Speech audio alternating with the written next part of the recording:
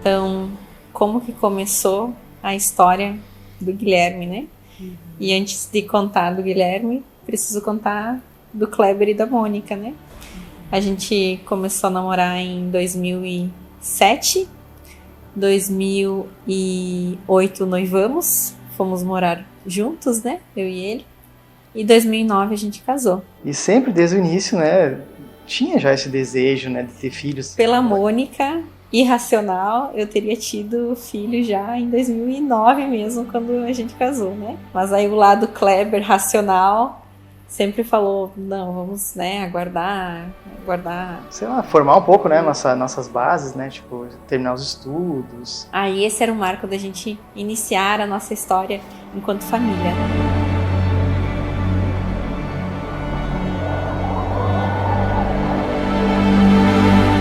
E o sonho nosso, enquanto casal, sempre era alicerçar, né, a nossa família, a nossa base, né, construir, pensando já nos filhos, na família que a gente ia construir. Kleber veio removido para o Acre, né, Rio Branco, passou no concurso, e aí o sonho mais uma vez foi adiado, né, de ser pais. Ele foi para Rio Branco, eu fiquei no Rio Grande do Sul para terminar a faculdade, e abandonamos tudo lá. E viemos simplesmente com a roupa do corpo, eu e ele, iniciar uma nova história aqui em Rondônia, né? Porque aí de Rio Branco no Acre ele conseguiu remoção para Porto Velho em Rondônia. Isso em 2015. Novamente, a nossa vontade de ser pais foi novamente adiada, pensando, não, vamos aguardar a nossa ida mais próximo da família, né? O tempo foi passando, ele não conseguiu remoção. Eu abri meu escritório aqui, profissionalmente eu já estava estabelecida, ele também.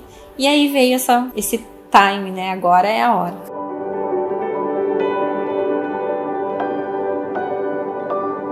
Quando a gente foi, né, querer tentar, a gente teve um obstáculo, né, grande, né, que foi uma questão de saúde, né? O sonho da maternidade sempre foi muito constante na minha vida, né? Desde criança, assim, adolescente, eu já pensava assim, eu não pensava na Mônica advogada, não pensava na Mônica bem-sucedida, mas eu pensava na Mônica esposa, na Mônica filha, na Mônica mãe. Procurei, né, um médico aqui para iniciar esse processo, né? Acompanhamento para enfim, né? Porque a gente, mulher, né, nunca tinha tentado, então. E aí esse médico era o meu ginecologista daqui já, né? Ele, há 2 anos, eu já vinha fazendo tratamento com ele para endometriose, né? E aí ele me disse, Mônica, se você quer gestar, né, eu aconselho a gente fazer uma videolaparoscopia, uma videohisteroscopia, na época, para a gente investigar e verificar se a tua endometriose vai atrapalhar a tua gestação. 5 anos atrás, maio de 2018, quando eu fiz a cirurgia, então, né, uma cirurgia de videolaparoscopia e videohisteroscopia. Na cirurgia de videohisteroscopia foi retirado um pedacinho de biópsia do meu endométrio para investigar qual que era a causa, né, se eu tinha alguma causa endometrial e identificar se eu tinha focos de endometriose. E a cirurgia foi um sucesso, apta a tentar gestar o teu filho, e o meu sonho não vinha. E a gente não sabia o porquê, porque eu era totalmente perfeita, tudo normal, que nem um médico conseguia entender o que estava acontecendo. Foi quando ele me encaminhou então para São Paulo, para identificar o porquê. Em São Paulo eu fui diagnosticada então com síndrome de Asherman. Devido àquela cirurgia, né, aquele procedimento médico que eu fiz, ele usou um cautério com eletricidade, né? É como se tivesse fibrosado todo o meu útero, né? Não tinha viabilidade daquele útero gerar um filho. Nossa, aquela notícia pra mim, assim, me destruiu na época, né? E isso aconteceu, assim, foi uma coisa impactou muito nós, muito triste, né? Que é uma surpresa, assim, Só que a gente, né, sempre acreditou, né, sempre teve esperança, não, vamos, né, superar isso, né, vamos, né, ir adiante. E a gente nunca desistiu, né, aí eu busquei tratamento, fui encaminhada aos melhores cirurgiões de São Paulo, e nesse momento eu já comecei a fazer um tratamento, um acompanhamento psicológico, porque o meu psicológico estava muito abalado já. Aquelas idas e vindas, viagem, eu nunca me esqueço que a minha psicóloga sempre me perguntava, quando que você vai parar? Qual que vai ser o teu limite? Até onde você vai? Eu sempre falei para ela que no momento em que esse médico especialista, né, me dissesse que não teria mais o que fazer, aí a gente pararia. Porque era um procedimento atrás do outro, uma cirurgia atrás do outro. Eu tava assim, eu saía de uma cirurgia, o médico vinha me relatando que não tinha sido um sucesso. Eu já perguntava para ele quando que ia ser a próxima. Eu só queria ter meu filho.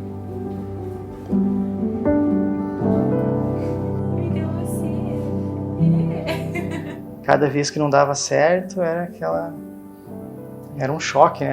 Era um baque, assim. A gente cada vez tinha mais medo, né, de não dar certo, não conseguir, né? Chegou um momento, assim, que realmente parecia que não ia dar mais, sabe? Que a perspectiva, assim, que os diagnósticos eram totalmente negativos, né? E aí eu nunca vou me esquecer, assim, em maio de 2019, mais uma vez, mais um ano, né? Quando terminou todo esse processo de busca e tentativa, eu saí de um procedimento médico, né? Aí ele disse, Mônica, infelizmente a gente não conseguiu restabelecer tua cavidade uterina. Eu sedada, né, na sala de recuperação com o Kleber, escorreu uma lágrima assim, né, no meu rosto, e perguntei para ele, quando que a gente pode fazer a próxima? Aí ele respirou assim e disse assim, eu não vou te responder isso hoje. Eu tô indo num congresso e eu vou expor o teu caso, né, para nesse congresso, que vão estar os melhores cirurgiões, os melhores médicos do Brasil inteiro, porque eu realmente, Mônica, não sei o que fazer. Nossa, eu voltei para Porto Velho assim arrasada, sabe, como se um pedaço de mim tinha sido tirado, né. Na segunda-feira ele me ligou, aí ele disse assim, Mônica, discutimos o teu caso e o que eu vou te falar vai ser muito duro para você, só que eu preciso que você aceite. Não tem mais o que fazer. Não tem como eu interferir mais e eu fazer mais procedimento médico em você, porque você já chegou no teu limite também. E aí eu chorando, desesperado, eu disse, doutor, mas eu preciso ter meu filho, doutor, eu quero ter meu filho.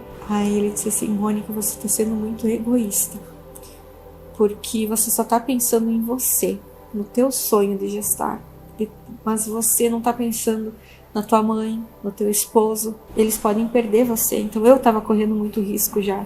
Quem garante que a tua gestação vai vir até o final? Quem garante que você não vai vir a óbito na gestação? Aí eu falei para ele assim, doutor, eu só quero gestar. Eu só queria sentir o meu filho chutando, sentir ele crescendo dentro do meu corpo.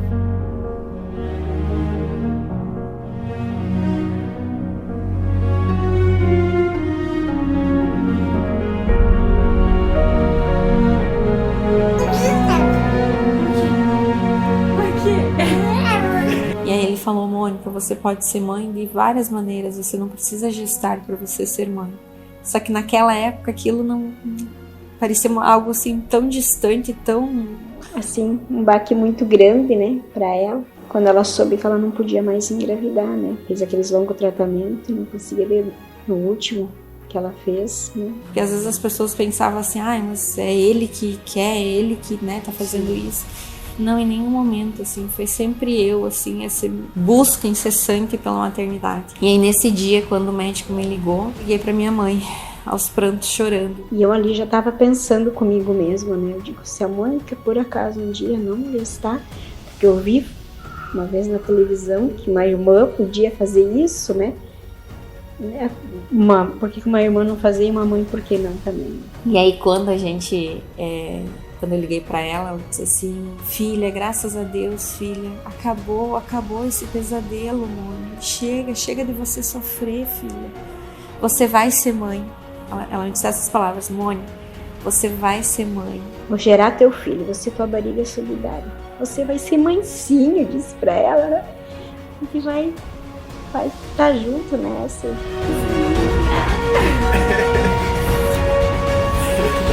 Vem com o macaquinho, vai! Vem com o macaquinho, vai!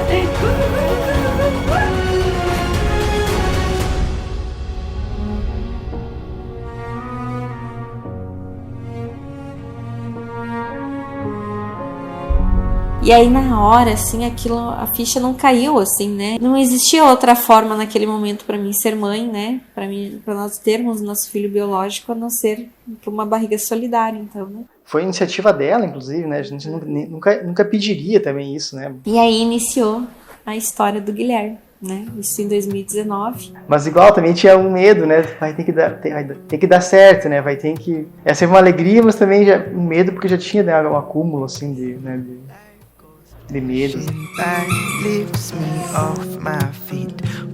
Procurou uma clínica de fertilização em Porto Alegre, que era mais próximo, sempre pensando nela, né, no melhor para ela. E a gente fez o congelamento de embriões e tivemos 7 embriõezinhos congelados. E aí iniciou a nossa história, né, nesse trio, né, mãe, filha e pai, né.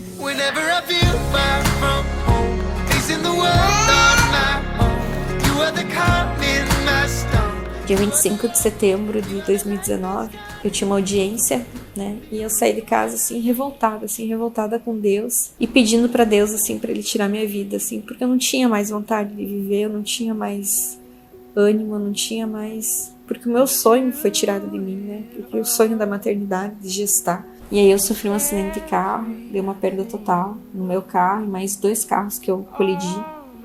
E aí nesse dia eu vi que Deus existia, assim. E aí eu pedi perdão pra Deus, assim, me lembro, assim, à noite, conversando com Ele, assim, pedindo perdão pelo fato de eu ter ficado com tanta raiva dele, sabe? E eu entreguei nas mãos dele. Aí nesse momento eu entreguei nas mãos dele e iniciamos, né, o tratamento com a mãe. Aí ela iniciou todo o tratamento, né, porque o médico mesmo falava pra ela, né, é como se a tua terra estivesse infértil, né, a gente vai ter que adubar ela. Em outubro de 2019 foi feita a primeira transferência. 3 dias antes do meu aniversário veio o resultado do exame negativo. E aí, nossa, aquilo me destruiu de um jeito, assim, sabe? Aí a mãe, não, a gente vai tentar, vamos tentar mais uma vez. Nessa vez vai dar certo. E a minha mãe, assim, ela tem uma fé. Toda mãe sabe que a felicidade dos filhos é a nossa felicidade, né? Eu não podia mais ver ela, o sofrimento dela. Ela sempre, né, sempre querida para a sobrinha dela, que são as 2 afilhadas dela, disse. Era uma mãezona, uma segunda mãe para elas também, para Milena e para Luísa, que são minhas outras netas. Iniciou uma nova ferida, sabe? As minhas feridas parece que elas aumentavam. Não perdeu a fé, não perdeu a esperança, vamos de novo. Aí transferimos a segunda vez. Mais outro baque, mais outro... né? Questionava Deus, será que não é pra mim ser mãe? O que eu tenho de errado? O que eu fiz de errado?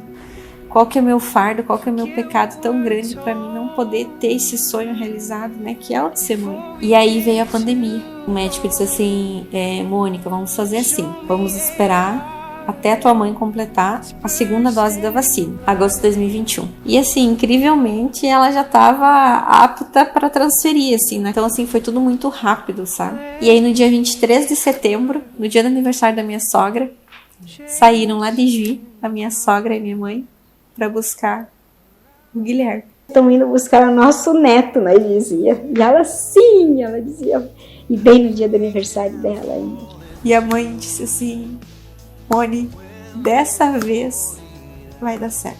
24 de setembro de 2021, transferiram um embrião pro útero da minha mãe, com as 2 vovós segurando a mãozinha, uma da outra, e pedindo para Deus para que Deus abençoasse, né, e que desse tudo certo. 10 dias depois, fizemos o beta-HCG. 10 dias mais longo, sabe? Uma alegria, né, maravilhosa, né? Uma emoção, assim, que não tem nem como descrever, né? E eu aqui em Porto Velho, ela lá em Juí, né? São 3.000 quilômetros de distância que nos separavam. Eu peguei o resultado do exame, né, pra ela. E aí eu e o Kleber abrimos, né, antes de contar pra todo mundo, assim. E aí que a gente pegou o resultado, assim, quando a gente viu o resultado, assim, meu Deus, a gente entrou em aos prantos, chorando, eu e ele. Sério, deu certo. E daí começou. He will ask nothing from us, but demand we give our... Minha barriga foi crescendo, meu netinho ali, e eu falando com ele todo dia, vovó tá aqui, tá te amando, mamãe e papai tão longe, né? Você vai vir saudável, cheio de saúde. Eu passava uma semana lá com ela, presa aqui em Porto Velho. Eu não perdi nenhum exame. Fizemos o chá revelação à distância, eu e o Kleber aqui em Porto Velho, e eu lá. Descobrimos que era então o Guilherme. Ah, meu Deus. Nosso primeiro barrão na família. Eu fiquei muito alegre, né? Muito feliz de ser um companheirinho, né? Um amigo, né? Para todas as horas. O neto, meu Deus do céu. E eu sabia, assim, meu coração me dizia que eu ia ser mãe de um menino. Não me via mãe de menina, sabe? Eu sou muito moleca pra ser mãe de menina.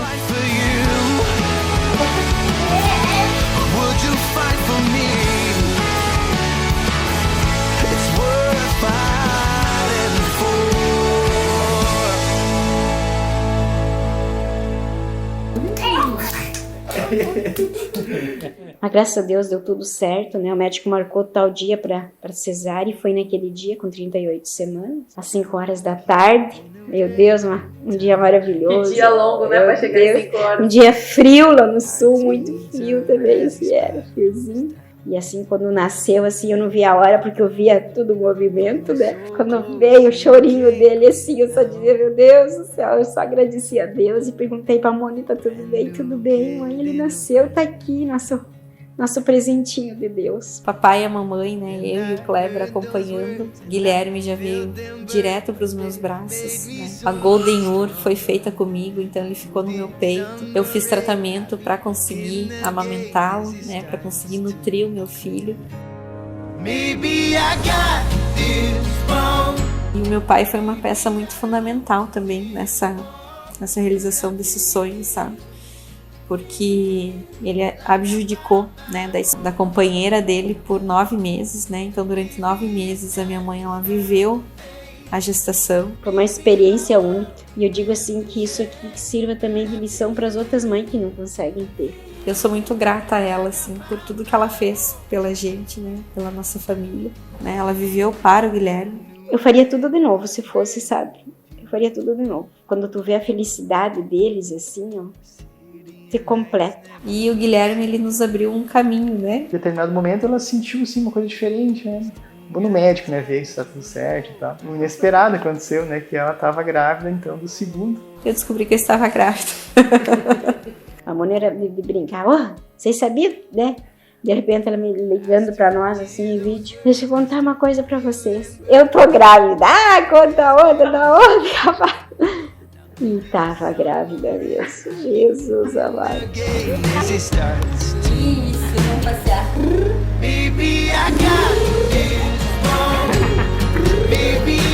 Sonhava em como que é, né? Como que é sentir um filho chutar dentro de ti.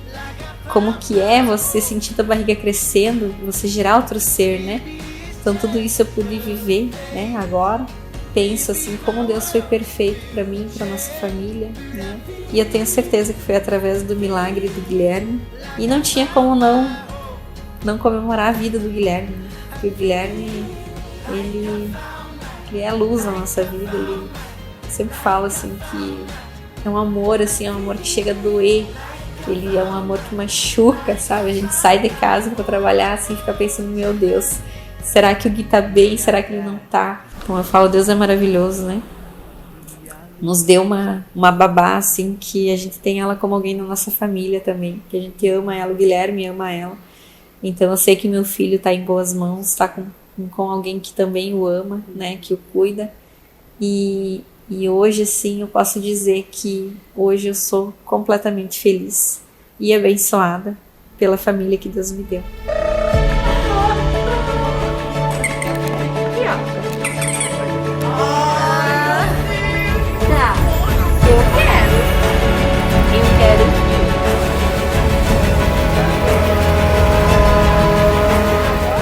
Guilherme, meu filho querido, primeiro eu queria dizer que eu te amo muito, né?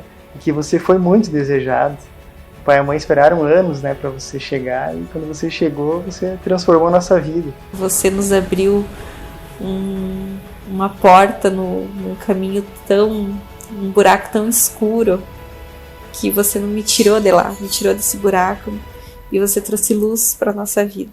Que veio para alegrar nossa família. Alegrar o vovô, as priminhas, a Dinda Pati, o Dindo Didio, né? A gente te amou tanto, Gui te ama até hoje.